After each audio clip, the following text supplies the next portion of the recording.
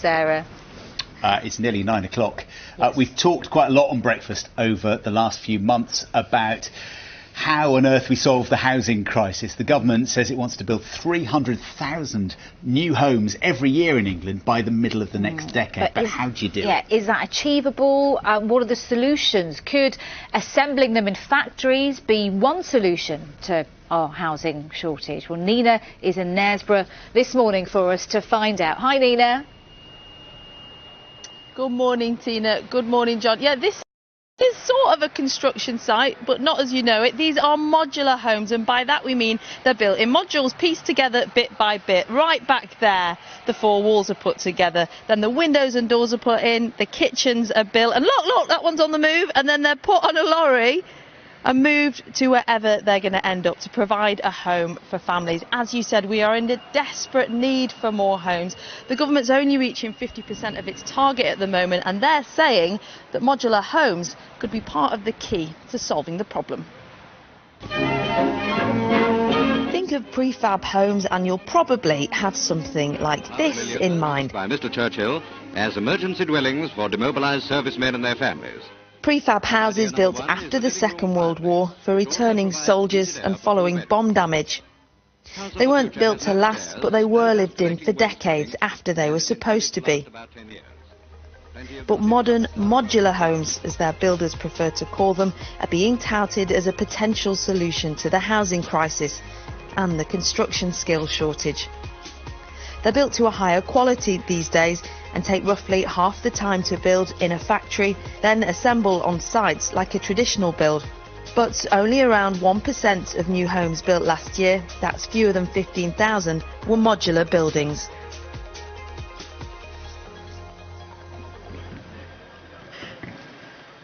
There we go, I'm slightly out of breath. We just legged it to the front of the production line. So you can see there the roofs being constructed, the shell of the homes here being put together. Literally, we've been seeing the staples go on this morning. Now, this is a contract for 750 new modular homes. That is the biggest affordable homes contract of its type.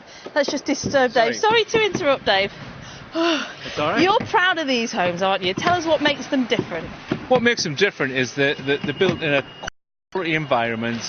We've got clients like Place for People and Dave Cowans who's been at the forefront of this, which makes us really energised to deliver some fantastic product for their residents and hopefully change the nature of house building in this country.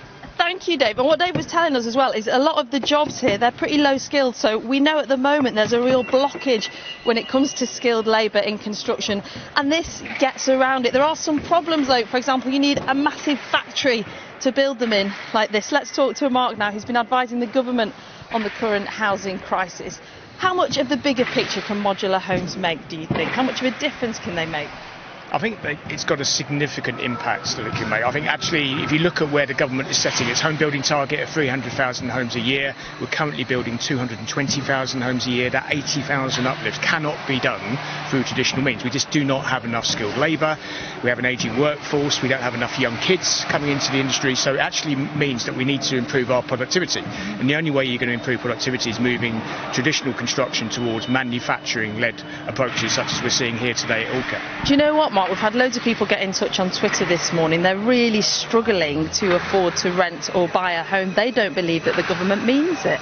Well, all I can say is what I see in terms of policy development, in terms of actually putting funding into the manufacturing home sector. There's a lot going on at the moment which is trying to actually enable the market, so the government doesn't build homes directly. There's no state home building programme. A lot of people, is that part of the problem? Perhaps, it's a big sort of political hot potato in many respects. I know if Labour would potentially change that viewpoint from the current government, but what is happening at the moment is that the private sector has been enabled to think more about manufactured housing, and there's physical money going in.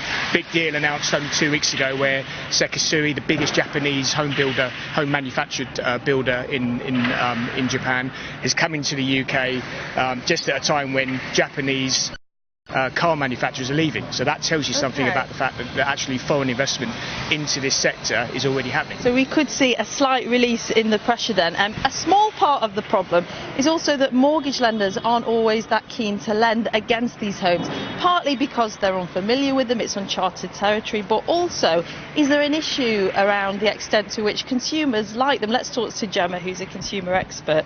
Do people like these houses? Are they used to them yet? Is that part of the problem, do you think? That is part of the problem, because we do face a housing crisis and we do need to help more people own their own home. But there's two sides to solving this problem. First of all, provide a greater supply of more affordable housing. But we need to get people comfortable and excited about these new types of homes. So what that's really going to involve is getting all the players in the market, the home builders, the mortgage providers, government, to really educate people on the options available. Because these are high quality, decent homes, aren't they? I think in the past the reputation of prefab homes wasn't strong, but the market's changing, isn't it? The market's changed, but we need to make sure people are aware of that. And the difficulty is there's lots of misconceptions out there because there have been lower quality providers. And really, to get more people into the housing market, we need to increase the education. Absolutely. Now these homes, when it comes to the end of it, you can pick your bathroom, you can pick your kitchen, you can pick your light fitting. So we think we will be seeing a lot more of these on the housing market. But the housing crisis, let's face it, it's something we're going to be talking about for a long time. John and Tina. It is indeed. Nina, thank you very much indeed for this morning. It's really interesting. Thanks.